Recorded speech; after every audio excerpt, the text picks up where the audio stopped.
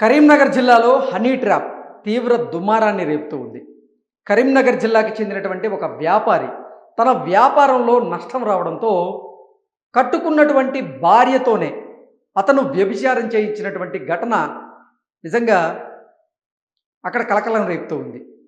అది కూడా దానికి తన భార్య కూడా మద్దతిస్తూ ఇప్పటి వరకు యువకుల్ని వ్యాపారవేత్తలనే లక్ష్యంగా చేసుకుని సామాజిక మాధ్యమాలలో 1500 మందిని ఈ ఇద్దరు కపుల్స్ వీరు ట్రాప్ చేసేటువంటి ప్రయత్నం చేశారు. అందులో 100 నుంచి 150 మందిని ఈ ఇద్దరు కపుల్స్ ట్రాప్ చేసి వారితో ఈ వ్యాపారవేత్త ఎవరైతే ఉన్నారో తన భార్య వ్యభిచారం చేసినటువంటి వీడియోలను తీసి ఆ వీడియోలతో వారిని బెదిరించేటువంటి ప్రయత్నం అయితే చేశారు. ఈ ఘటన ఆలస్యంగా వెలుగులోకి వచ్చింది. ఈ ఘటనలో అసలు ఏం జరిగింది అనేది మనం పూర్తి స్థాయిలో విశ్లేషణ చేసుకునేటువంటి ప్రయత్నం అయితే చేద్దాం. భార్యాభర్తల గలీజ్ దందా 100 మందికి పైగా పురుషులతో సామాజిక మాధ్యమాలను వేదికగా చేసుకుని అమాయకులైనటువంటి పురుషులను వల్లో వేసి శృంగార వీడియోలతో బెదిరించి లక్షల రూపాయలు వసూలు చేసినటువంటి భార్యాభర్తల బండారం ఆలస్యంగా వెలుగులోకి వచ్చింది. గత 3 ఏళ్లలో ఈ దందా కొనసాగిస్తున్నటువంటి దంపతులను పోలీసులు అదుపులోకి అయితే తీసుకున్నారు. అంటే గత 3 ఏళ్లుగా ఈ భార్యాభర్తలు యువకులను, డబ్బున్న వారిని, వ్యాపారస్తుల్ని లక్ష్యంగా చేసుకుని సామాజిక మాధ్యమాల ద్వారా అంటే ఫేస్బుక్, ఇన్స్టాగ్రామ్, యూట్యూబ్ ద్వారా కొంతమంది పురుషులతో పరిచయాలు పెంచుకోవడం, ఆ పరిచయాలతో వారిని ట్రాప్ చేసి వారితో ఈ సదరు మహిళ సెక్స్లో పాల్గొనడం, ఆ తర్వాత సెక్స్లో పాల్గొన్నప్పుడు ఆ మహిళకు సంబంధించినటువంటి భర్త ఎవరైతే ఉన్నారో అతను వీడియో తీయడం, ఆ వీడియోలతో వారిని బెదిరించేటువంటి ప్రయత్నం అయితే చేస్తూ ఉన్నారు. గత 3 ఏళ్లుగా ఇది కొనసాగుతూ ఉంది.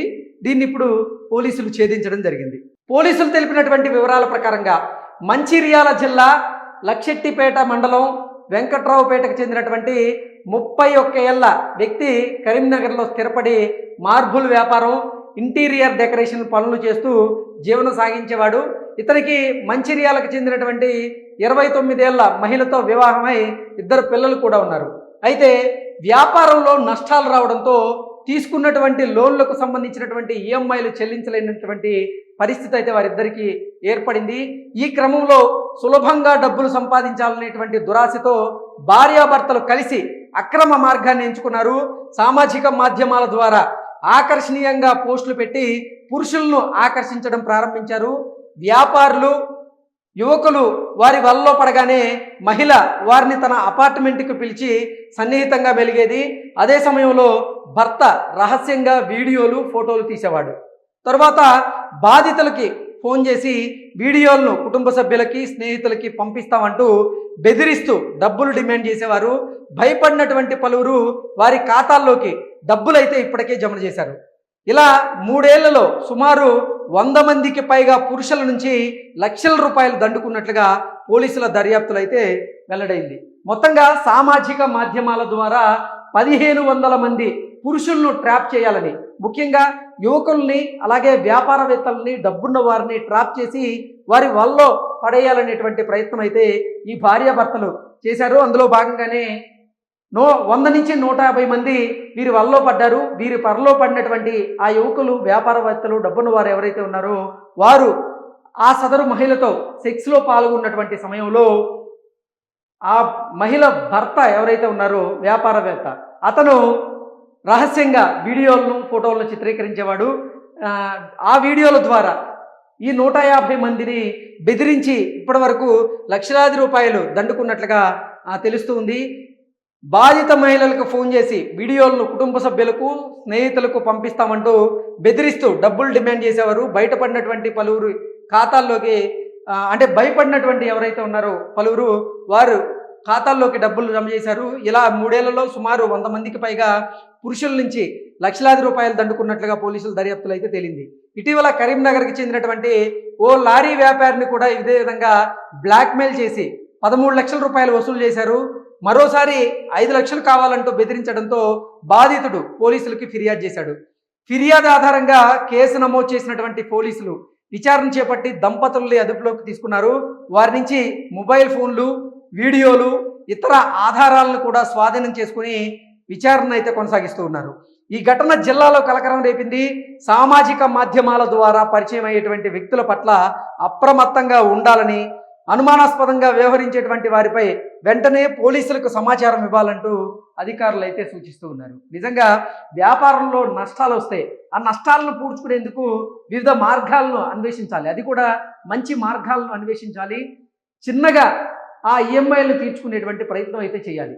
కానీ కట్టుకున్న భార్యతోనే, అది కూడా భార్య సహకారంతో ఈ భార్యాభర్తలు ఇద్దరు గలీజ్ దందాకైతే తెరలేపారు.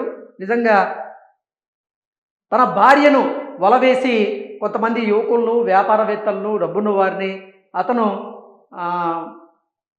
సెక్స్ రాకెట్లోకి లాగాడు. అలాగే తన భార్యతో కలిసినటువంటి సమయంలో వీడియోలు, ఫోటోలు తీసి ఆ వీడియోలు, ఫోటోలు ఆధారంగా తన భార్యతో శృంగారంలో పాల్గొన్న వారు ఎవరైతే ఉన్నారో వారిని బెదిరించి వారి దగ్గర నుంచి డబ్బులు దండుకునేటువంటి ప్రయత్నం అయితే చేశారు. అయితే రీసెంట్గా కరీంనగర్కి చెందినటువంటి ఒక లారీ వ్యాపారికి కూడా ఇదే విధంగా జరిగింది. మహిళ తన్ని బ్లాక్మెయిల్ చేయడంతో తాను భయపడి 13 లక్షల రూపాయలు అయితే సమర్పించాడు. తర్వాత మళ్ళీ వారు ఆ వీడియోలను అడ్డం పెట్టుకొని మరో 5 లక్షలు కావాలంటూ బెదిరించడంతో బాధితుడైతే పోలీసులకి ఫిర్యాదు చేశాడు. ఆ పోలీసులకు ఫిర్యాదు చేసిన నేపథ్యంలోనే ఈ ఘటన, ఈ భాగవతం అంతా వెలుగులోకి వచ్చింది. నిజంగా ఇదైతే అత్యంత దారుణం, బాధాకరం కూడా. ఎందుకంటే కట్టుకున్న భార్యతో వేరే వ్యక్తులతో అతను శృంగారం చేయించేటువంటి ప్రయత్నం అయితే చేశాడు. ఇది దీని ద్వారా అంటే సమాజం అయితే ఏంటి అసలు ఇటువంటి పరిస్థితులు ఉన్నాయి, అప్పులుంటే ఇటువంటి పరిస్థితుల్లోకి వెళ్ళాలా అంటూ కూడా చాలామంది అయితే ఆ రియల్ ఎస్టేట్ వ్యాపారి, మార్బుల్ వ్యాపారి ఎవరైతే ఉన్నారో అతన్ని ఉద్దేశించి నిజంగా నెటిజన్లు తీవ్ర పదజాలంతో అయితే అతని మీద కమెంట్స్ చేస్తూ ఉన్నారు. అలాగే భర్త బుద్ధి ఎలాగో బాలేదు, మరి భార్యగా నువ్వు చేయాల్సిందేంటి, నువ్వు చేసింది ఏంటి అంటూ కూడా పని చేసినటువంటి ఆ మహిళను కూడా కొంతమంది ప్రశ్నిస్తూ ఉన్నారు. ఇది ఇక ఎక్కడి వరకు దారి తీస్తుందో మనం చూడాలి. Thank you so much.